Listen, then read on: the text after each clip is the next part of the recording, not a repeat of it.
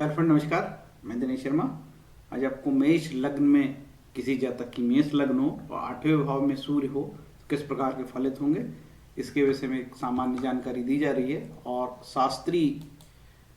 शास्त्रीय मत है वो भी बताया जाएगा कि किसी जातक की मेष लग्न हो और सूर्य जो है 8वें भाव में इस तरीके से बैठा हो और मेष लग्न होगी तो सूर्य पंचमेश होके बैठेगा। देखिए, यहाँ का स्वामी यदि यहाँ बैठ जाएगा 8वें भाव में, जो कि बहुत बुरा भाव है, तो किस प्रकार के फलित होंगे इसकी डिटेल बताई जा रही है। देखते हैं, चलते हैं आगे। ऋग्वेद में लिखा है, भास्कर की उपासना एवं प्रार्थना से आरोग्य मिलता है। तो भगवान सूर्य का बड़ा महत्व है हमारे वैदिक शास्त्र में। सूर्य बाधा के उपाय भी आगे बताए जाएंगे। ठीक है। इस वीडियो में टाइम का स्लॉट लगा दिया गया है कि आप जितना चाहे टाइम अलग अलग भागों में बांट दिया वीडियो को, और आप हो सकता है कि एक केवल फलित देखना चाह रहे हैं, हो सकता है कि आप केवल उपाय देखना चाह रहे हैं, तो आपको जो डिस्क्रिप्शन बॉक्स है वहाँ जाके ये मिलेगा, तो क्लिक करके आप जो चाहे देख सकते हैं, सुविधा होगी। इसलिए मैं स्वतंत्र हूँ कि अब मैं वीडियो लंबा भी बन रहा है तो मुझे चिंता नहीं, क्योंकि हमने बता दिया है कि आपको जो देखना है वो देखिए। वृश्चिक राशि कालपुरुष की जो है राशि है, जो 8वें भाव में आती है।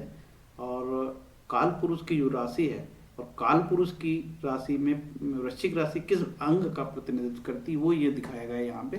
कालपुरुष की जो राशि वृश्चिक राशि है, ये शरीर के अंग, जनन अंग का, बाह्य जनन अंग जिसे गुदा प्रदेश कहते हैं, उसका भी ये प्रतिनिधित्व करती है।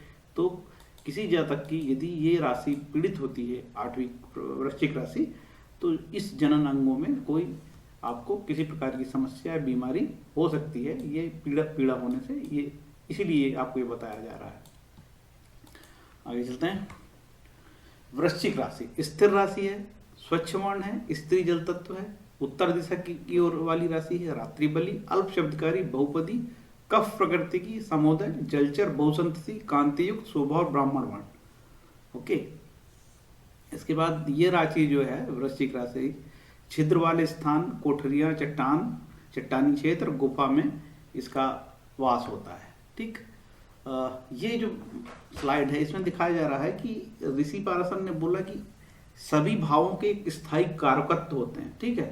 तो पहले भाव का, लग्न भाव का कारकत्व क्या है? ये सूर्य जो हम जिसकी बात करते हैं, ये लग्न भाव का कारकत्व है। यदि 8वें स्थान पर राशि पीड़ित होती है तो पहले भाव का जो शरीर स्थान है, हमारे शरीर में भी पीड़ा हो सकती है और पूरा ओवरऑल हमको नुकसान हो सकता है। इससे ओवरऑल हमारे व्यक्तित्व को नुकसान हो सकता है, हमारी पर्सनालिटी को नुकसान हो सकता है इससे। इसलिए कारकत्व दिखाया गया है यहाँ पे। यदि कारकत्व पीड़ित होगा, यदि सूर्य पीड़ित होगा तो यहाँ का कारकत्व पीड़ित होगा, कारकत्व पीड़ित होगा तो शरीर को नुकसान होगा। इस तरीके से जानना। ये ग्रहों के कारकत्व है, सूर्य के कारकत्व है। चाहे तो आप वीडियो देख के इसको रोक सकते हैं। यहाँ इसका एक एक शब्द को पढ़ना मतलब वीडियो को फुकट में विस्तार देना है। ये पंचम भाव के कारकत्व आप स्क्रीनशॉट लेके पढ़ सकते हैं, पंचम भाव के कारकत्व क्या है। और ये अष्टम भाव के कारकत्व सबसे बुरा भाव माना जाता है। ठीक है। तो अब इसको आप स्क्रीनशॉट लेके पढ़ सकते हैं। चाहे मैं पढ़ देता हूँ। आयुष, अपमान, असफलता, वसीयत, मृत्यु का भय, कारण, मारण संबंधी यांत्रिक तांत्रिक प्रयोग, गुप्त रोग, भू संपदा, पैतृक संपत्ति, स्त्री का मांगल्य, कलंक, विदेश यात्रा, पत्नी का धन, दुर्घटना, शोध, जासूसी, साधना, कर्ज, षड्यंत्र, आविष्कार और लंबी यात्रा। ये पीड़ित होने से किसी प्रकार का कलंक लग सकता है, सरकार से कोई नुकसान हो सकता है। सूर्य सरकार का प्रतीक है। यहाँ से बताया जा रहा है यदि कोई ग्रह मृत्यु भाग में हो, खासकर मेष लग्न पे वीडियो बन रहा है, और मेष लग्न में 8वें भाव में सूर्य, मतलब मेष लग्न वालों के लिए 8वें भाव में वृश्चिक राशि होती है। तो यहाँ पे 17 डिग्री का, आप देखिए आपकी जन्म कुंडली में यदि आपका सूर्य 17 डिग्री का है तो 17 से लेके 20 तक 17 अंश 20 कला, ठीक है, और 16 अंश 40 कला, यहाँ का इस रेंज का कोई आपका सूर्य होगा तो वो मृत्यु भाग है। यदि मृत्यु भाग का मतलब ये होता है कि वो बुरे भाग में है। हो सकता है कि आपका सूर्य यहाँ मृत्यु भाग में हो, लेकिन वर्ग कुंडलियों में वो बहुत बेटर स्थिति में चला गया हो, उच्च का हो गया, सुधार कर लिया हो, तो बुरे फल नहीं देंगे। इस प्रकार से जानना। तो इस प्रकार से आप अपनी कुंडली में जांच जरूर कर लीजिए। कभी कभी क्या होता है कि सूर्य अचानक ऐसा लगता है कि कोई ग्रह हमारा उच्च राशि का है, लेकिन कोई ग्रह उच्च राशि का होके भी इस तरीके से बुरे प्रभाव में आ जाता है कभी कभी, तो वो नुकसानदेह होता है। इस चीज का जरूर आपको ध्यान रखना चाहिए। जैसे कि सूर्य मेष राशि में 20 डिग्री का, आपको तो लग रहा है कि उच्च का है, लेकिन वो 20 डिग्री का जो सूर्य जो है मृत्यु भाग का कहलाता है। यही बताने का उद्देश्य है यहाँ पे। तो ये ग्रहों का रहस्य, यही बोलते हैं ग्रहों के रहस्य समझना आसान नहीं है। अब यहाँ से ये अलग भाग हो गया। ये भाग वीडियो में अष्टम भाव में सूर्य के फल बताए जा रहे हैं, और वो ये जो फल बताए जा रहे हैं ये शास्त्रीय किताबों में जो बताया गया उसी तरीके से पहले बताया जा रहा है कि जातक तत्व में लिखा है कि यदि वृश्चिक राशि का सूर्य होगा, सिर्फ इतना ही लिखा उन्होंने कि वृश्चिक राशि का सूर्य हो, ये नहीं लिखा कि किस भाव का हो। वृश्चिक राशि का सूर्य की ये फल देगा सभी लग्नों के लिए। झगड़ालू, धर्मच्युत, मिथ्याचारी, मिथ्याभाषी, मूर्ख स्त्री, सुखविहीन, नीच, दुराचारणी स्त्री का संग करने वाला, क्रोधी, लोभी, कलहप्रिय, शस्त्र और अग्नि विष से प्राण भय, कुलद्रोही। कुलद्रोही कैसे होगा? हो सकता है कि परिवार की कोई बात ना माने, बगावत कर दे, या किसी ऐसी महिला से शादी कर रही जो उसके समाज की ना हो, तो कुलद्रोही। लड़ाई के लिए आतुर, वैदिक धर्म में तत्पर, झूठ बोलने वाला, मूर्ख, दुष्ट स्त्री वाला, क्रूर आचरण करता, अति लोभी, प्रिय, मिथ्याभाषी, अशस्त्र, अग्नि और विष से पीड़ित। ये भी सारावल्ली में इसी तरीके की बताया। वृश्चिक राशि का सूर्य, याद रहे वृश्चिक राशि का सूर्य किसी भी भाव में, किसी भी लग्न हो। जहां तक शारदीप ने बताया वृश्चिक राशि में सूर्य लोभ, झूठ, डाह से युक्त, क्रूर स्वभाव, खराब स्त्री के बस में रहने वाला, मूर्ख, अपनी पत्नी से रहित, असभ्य झगड़ालू, विष अग्नि से चोट, पिता की कम सेवा करने वाला। देखिए ये जो चीजें लिखी है शास्त्रीय किताबों की भाषा है, आप इसको एज इट इज मत लीजिए। बस एक एज ए इंफॉर्मेशन आपको एंजॉय करने के लिए आप देखिए कि भाई ऐसा ऐसा था। आप आपकी कुंडली में कुछ इस प्रकार से बात होती हो तो आप उसको देखें, जज करें। जयदेव ने कहा है कि यदि 8वें भाव में सूर्य हो तो संतान थोड़ी, दृष्टि कमजोर, धनवान, विरोधी, रोगी, कर्मठ, आलसी, निठल्ला लिखा है यहाँ पे, निठल्ला समझे इसको, निठल्ला, ठीक है, निठल्ला।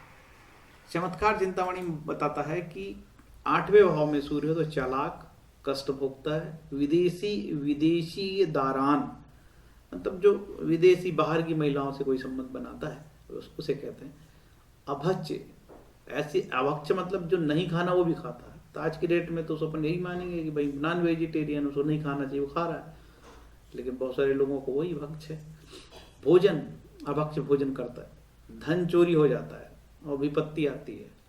जीवनाथ ने भाव प्रकाश में बताया कि सुंदर शरीर वाला होता है ऐसा जातक जिसका अष्टम सूर्य है, सुंदर शरीर वाला, बुद्धि कमजोर, ठीक है, धन हानि होती है उसको, बवासीर रोग हो सकता है। आजकल ये बवासीर रोग का में बहुत सारी चीजें आ सकती है, और भी पर स्त्री रमण, विदेशवास और झगड़ालू। आगे चलते हैं। मानसागरी में लिखा है कि यदि अष्टम सूर्य हो तो चंचल स्वभाव, दानी, पंडित, बुद्धिमान, रोगी, मिथ्या भाषण करने वाला, अभागा, आचरणहीन, लंबी आयु, परदेशवास, गलत लोगों की सेवा चाकरी। फल दीपिका कहती है कि थोड़ा धन होगा, इसके बाद थोड़ी आयु, थोड़ा मित्र, नजर कमजोर, सब थोड़ा थोड़ा। सारावल्ली कल्याण वर्मा कहते हैं ये 8वां सूर्य होगा तो नेत्र रोगी, धनी सुखी नहीं होगा, अपने प्यारे सजन से वियोग होता है, इसकी कोई पत्नी हो और बेटी हो, माँ हो, उनकी मृत्यु हो जाए, संताप होता है, अर्थात इसका कोई प्यारा जीव मरता है जिसके कारण संताप होता है, दुखी होता है।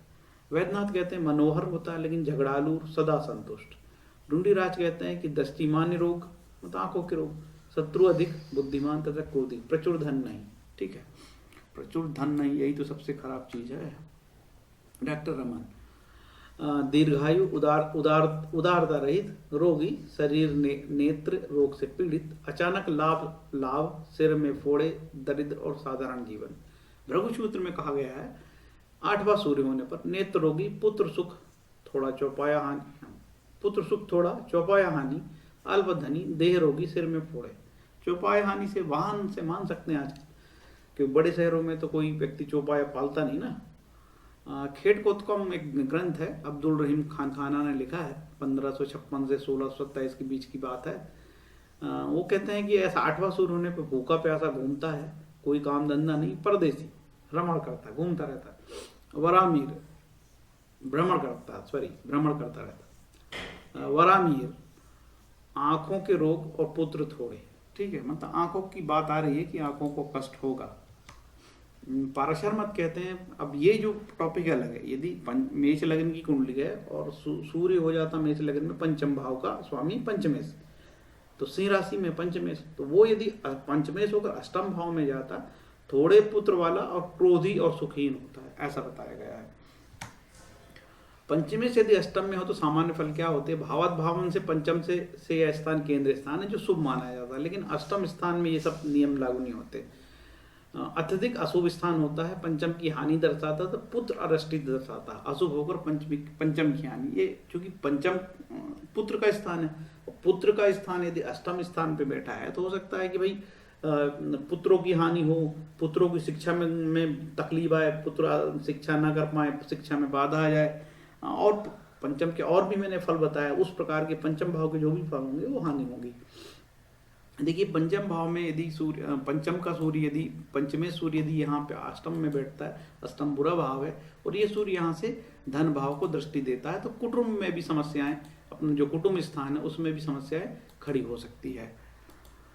ये तो रहा फल का भाव। अब देखते हैं कि सॉल्यूशन क्या है, उपाय क्या है। गीता में लिखा भगवान ने, ठीक है, मतलब मेरा कहने का मतलब ये है कि हमारे वैदिक शास्त्र में हर चीज का हल अध्यात्म से जोड़ा है। Spiritual solution to every problem, जो सभी समस्या का हल आध्यात्मिक उपाय है।